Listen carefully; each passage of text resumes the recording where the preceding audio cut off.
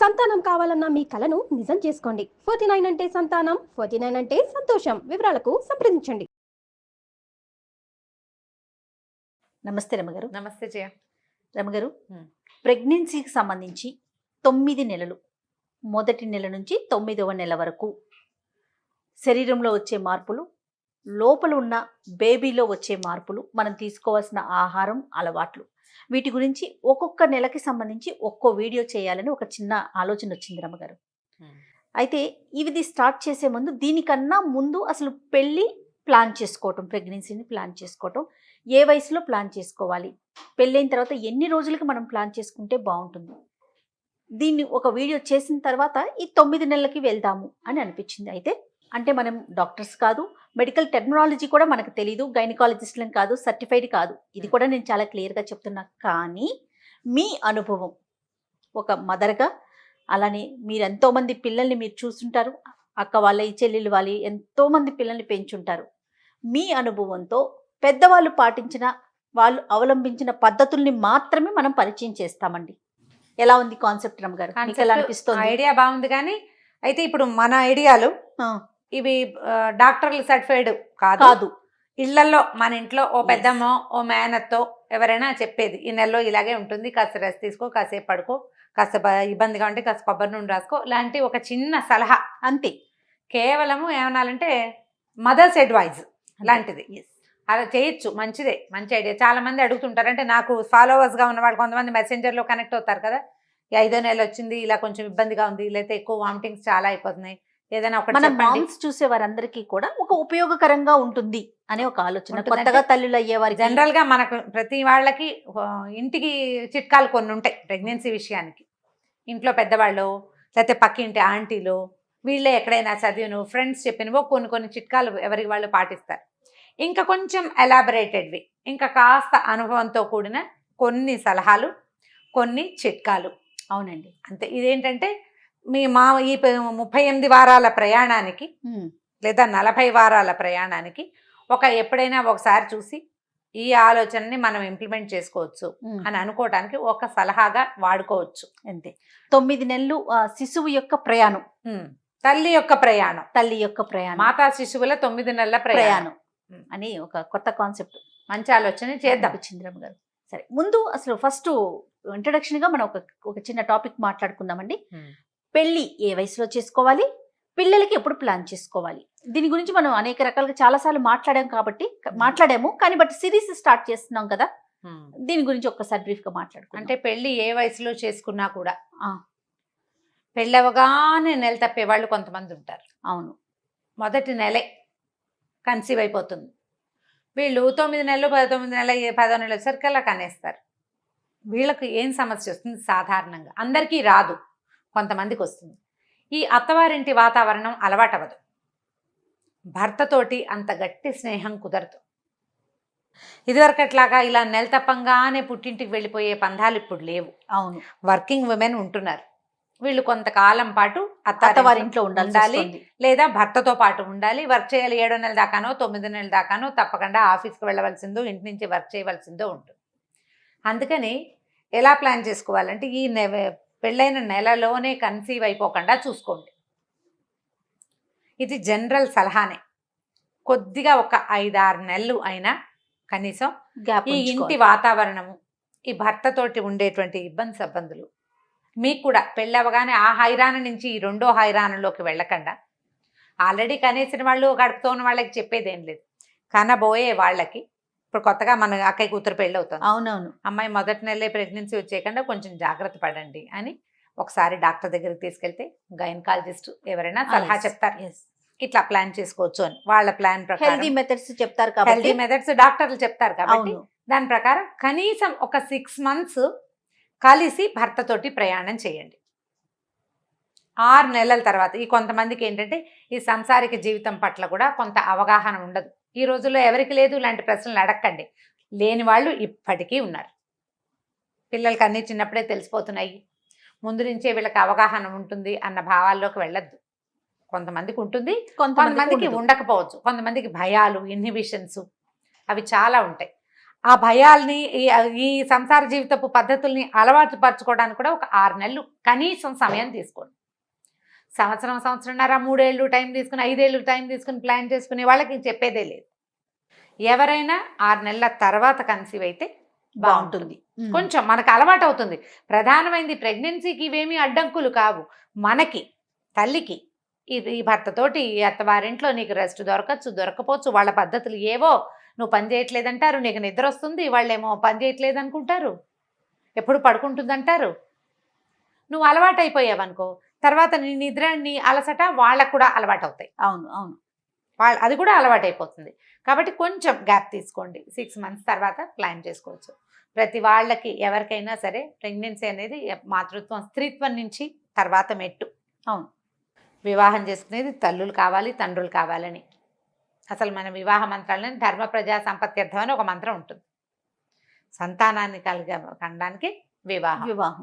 తర్వాత స్టెప్ ఇదే. కాబట్టి ఒకవేళ మనకి ఏదైనా పీరియడ్స్ సమస్యలు ఉన్న పిల్లలు, ఆడపిల్లలు కొంతమందికి పీరియడ్స్ సరిగ్గా రావు, ఫ్లక్చుయేషన్స్ ఉంటాయి.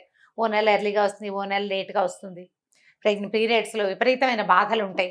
ఎక్కువ PMS కానీ ప్రీమెన్స్ట్రువల్ సిండ్రోమ్ కానీ, అంటే పీరియడ్స్కి ముందు చాలా బాధలు కానీ పీరియడ్స్లో చాలా బాధలు కానీ, ఓవర్ బ్లీడింగ్ కానీ, బ్లీడింగ్ అసలు లేకపోవటం కానీ, ఎలాంటి సమస్య ఉన్నా కూడా తప్పకుండా గైనకాలజిస్ట్ని ఒకసారి చూడండి. పెళ్ళైన ఒక 2-3 నెలల తర్వాత ఒకసారి తల్లులు దీన్ని అత్తగారులు కూడా ఇనిషియేట్ చేసి ఒకసారి అమ్మాయిని డాక్టర్ దగ్గర చూపిస్తే, గైనిక్ దగ్గరికి తీసుకెళ్తే ఇది ఆ ప్రాబ్లమ్ని సెట్ చేస్తారు. అవి కాకుండా ఇంకా ఏమైనా సిస్టులు ఉన్నాయా, ఫైబ్రాయిడ్స్ లాంటివి ఉన్నాయా, ఫ్యామిలీ హిస్టరీ ఏమిటి, అవన్నీ డాక్టర్ డిస్కస్ చేసి సెట్ చేస్తారు. ఇదివరకు కాలంలో ఇవన్నీ చేసేవాళ్ళు అంటే అప్పుడు మనకేం అవకాశం లేదు, అప్పుడు అవకాశాలు లేవు, అప్పుడు అసలు ప్లానింగే లేదు చెప్పాలంటే, లేదు, అవకాశము లేదు. ఇప్పుడు మనకి అవకాశాలు వచ్చినాయి. ఇది పాత పద్ధతి కాదు. ఈ రోజుల్లో మనకి ఉన్న అవకాశాలని మనం వినియోగించుకోవాలి. ఇది ట్రై చేసి మేము ఇప్పుడే కనం కాబట్టి ఇప్పుడే చూడము అని అనుకోవద్దు. ముందు నుంచి 5 years తర్వాతే నేను పిల్లల్ని కందలుచుకున్నానండి అంటారు.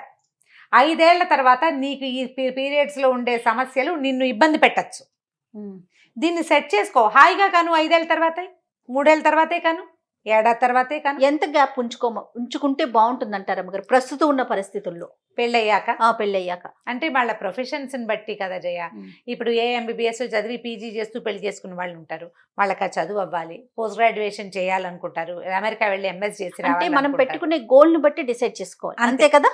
ఎవరికి వారు ఇండివిజువల్ గా మనకున్న దాన్ని బట్టి ప్లానింగ్ అనేది ఉండాలి. ఇప్పుడు ఏ గోలు లేదు, ఏమీ లేదు, దాని అంతటా అది రాలేదు అనగానే 2 years కంప్లీట్ అయిపోయినా మీరు ఏ ప్లానింగు చేయకుండా, మీకు ఏ గోల్స్ లేకుండా ప్రెగ్నెన్సీ రాలేదు అంటే డెఫినెట్ గా 2 ఏళ్ళు సెకండ్ మ్యారేజ్ డే అయిపోయింది అంటే ఒకసారి డాక్టర్ని చూడండి. ఒక 2 ఏళ్లలో పెద్ద కంగారు ఏం లేదు. ఓ 2 years ఈ లోపల భార్యాభర్త చాలా సగైమికబుల్ గా ఒకళ్ళతో ఒకళ్ళు బాగా చదువుకుంటారు. పెళ్లి కోసం ఎంతైతే మేము సెటిల్ అవ్వాలి, బాగా సెటిల్మెంట్ అయ్యాక పెళ్లి చేసుకుందాం అనే ఆలోచన అమ్మాయి అబ్బాయిలో ఎలా ఉంటుందో పిల్లలకు కూడా అలానే ఆలోచిస్తున్నారు కొంతమంది అని అనిపిస్తూ ఉంటుంది. అది కరెక్ట్ కాదేమో అనేది నా భావన. మీరేమంటారు? అంటే ఇప్పుడు మన ఏజ్ ని దృష్టిలో పెట్టుకోవాలి. నీకు పెళ్లి నాటికి 28-29 ఏళ్ళు ఉండి లేదా 30 ఏళ్ళు ఉండి ఇంకా నేను బాగా సెటిల్ అవ్వాలని నువ్వు 35 దాకా తీసుకెళ్ళవద్దు, 35 దాకా తీసుకెళ్ళదు. ఈ ప్లానింగ్ అంతా మీరు 32 లోపల 32 కంటే ముందే, కనీసం 32కి ఫస్ట్ ప్రెగ్నెన్సీ కనీసం ప్లాన్ చేసుకోవాలి. ఏజ్ పెరిగిన కొందికి అందరికి అంటున్నారు, ఎవరో కూడా ఒకళ్ళు ఫేస్బుక్లో అనుకుంటే చూశాను, నాకు 40, ఇప్పుడు నాకు చిన్న బేబీ, నేను హ్యాపీగా ఉన్నాను, ఏమవ్వదు అంటారు. అందరికీ ఒకటి కాదు కదా, అందరికీ ఒకటి కాదు. కొంతమందికి సులువుగా అయిపోతుంది. ముందు నుంచి కంటూ ఉన్న వాళ్ళకి మా అమ్మలాగా ముందు నుంచి పిల్లలు ఉన్న వాళ్ళకి ఏమవ్వదు.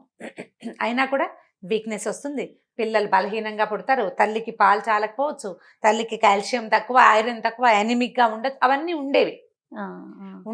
కానీ డెలివరీలో పెద్ద సమస్యలు ఉండవు. కాదు రమ్మగారు, అవన్నీ ఇప్పుడుండే సమస్యలు. రేపు పొద్దున వాళ్ళు పెరిగే కొద్ది వాళ్ళతో పాటు మనం కూడా పెరుగుతామా, వాళ్ళ ఆలోచనలు అందుకోలేకపోతామా? అదే గ్యాప్ అనేది బాగా వచ్చేస్తుంది. 38 ఏళ్లకి కంటే మన అమ్మాయికి 12 ఏళ్ళు వచ్చేసరికి మనకి 50 ఏళ్ళు వస్తాయి. చూడండి, 50 years తల్లి టీనేజ్ పిల్లని హ్యాండిల్ చెయ్యాలంటే కొంచెం కష్టమే, చాలా కష్టం అండి ఈ రోజుల్లో అయితే. కొద్దిగా కొంచెం ప్లాన్ 12 ఏళ్ల నుంచి దాని కనీసం 22 ఏళ్ళు వచ్చేదాకా ఆ పిల్లని కాపాడాలంటే నీకెన్ని ఏళ్ళు వస్తాయి? 60 ఏళ్ళు వస్తాయి. 60 ఏళ్ళు వచ్చేస్తాయి కదా. Hmm. రేపటి రోజున దానికి పెళ్లి చేసి పంపించి వాళ్ళ పిల్లల్ని మనం కొంచెం మంచి చెడుకు ఉండాలి కదా. అమ్మమ్మో నాయనమ్మ కూడా అమ్మమ్మ నాయనమ్మ దాకా ఎందుకు, పిల్ల పెంపకానికి సరిపడా స్పీడు మనకి ఉండదు, కొంచెం కష్టమేనమ్మా. అయితే ఇప్పుడు మేము చేయలేదా వాళ్ళు చేయలేదా అలా ఉక్రోషపడి బాధపడద్దు దయచేసి. ఇది సార్వజనీనమైన వ్యవహారం, సార్వజనీనమైంది, ఎవరికైనా ఈ కాదు సమస్య రమ్మగారు. అంత ఉంటుంది. దాకా ఎక్కడండి. ఇప్పుడు ఉద్యోగాలు చేస్తున్నాము, ఇంట్లో ఎవరైనా ఉంటే బాగుండనే ఆలోచన మనకు వస్తుందా? మనకు ఖచ్చితంగా కదా. ఇంట్లో ఎవరైనా ఒకరు ఉంటేనే అమ్మాయి ప్రశాంతంగా వెళ్ళి ఉద్యోగం చేసుకోగలుగుతుంది. అవును. మరి రేపొద్దున మన పిల్లల పరిస్థితి పాపం కదా. అది ఇవన్నీ దృష్టిలో పెట్టుకో, అంటే ఎవరికి వారే ఆలోచించు. మీరు అన్నట్లుగా ఇది ఆలోచించాలి.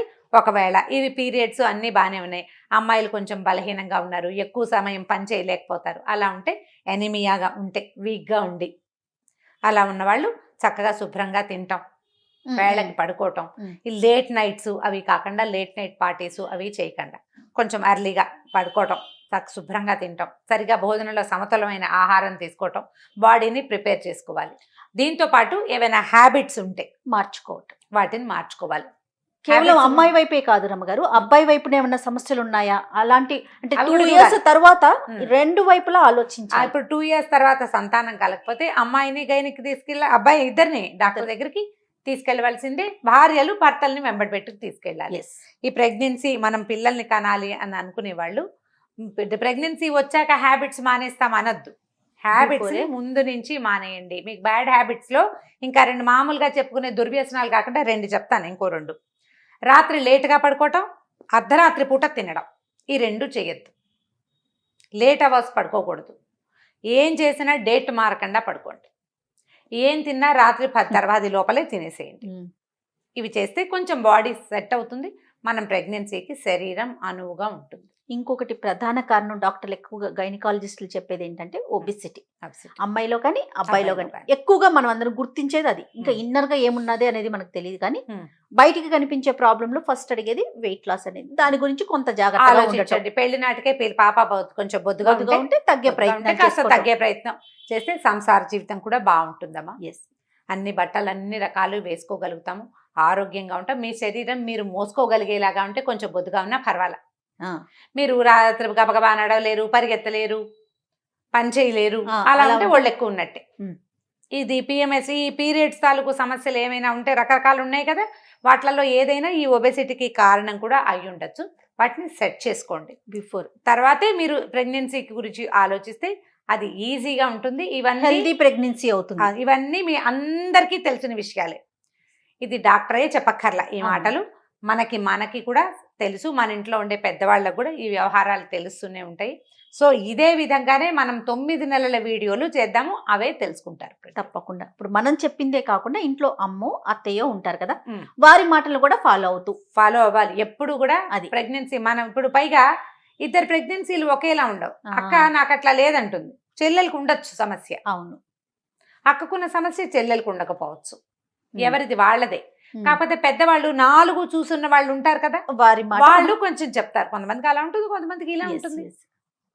కాబట్టి పెద్దవాళ్ళని కూడా ఫాలో అవ్వండి తప్పకుండా రమ్మగారు. మనం ఇంకా నెక్స్ట్ వీడియోస్ లో ఈ 9 నెలలు ఒక్కొక్క నెల గురించి చెప్పుకుంటూ పోదామండి. అలాగే తర్వాత ఆఫ్టర్ డెలివరీ కూడా ఎలాంటి జాగ్రత్తలు తీసుకోవాలి ఏంటి అనేది మనం డిస్కస్ చేద్దాం. రైట్ రమ్మగారు, నమస్తే. నమస్తే.